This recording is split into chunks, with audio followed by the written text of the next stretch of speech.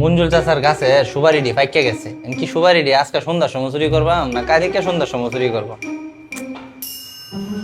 কি রে তুই এনে বই রিসস ক্যাটি ফেকে দইছে ক্যাটি লাগাই লাগতো না? না না খেত মাইরে হালছো। আমি স্যারে কইছে 3 বেলা ভাত না খায় বই খাবার, বুঝছো? হ্যাঁ। পাস করানো লাগবো। আরে পড়বে তো বুঝলামই, ক্যাটি তো লাগাই লাগবো আগে। আমি পারতাম না, কামলা লউগা। পড়ে কি সিরিয়াল চস? বই তো করে পুরা চেইতে আছে।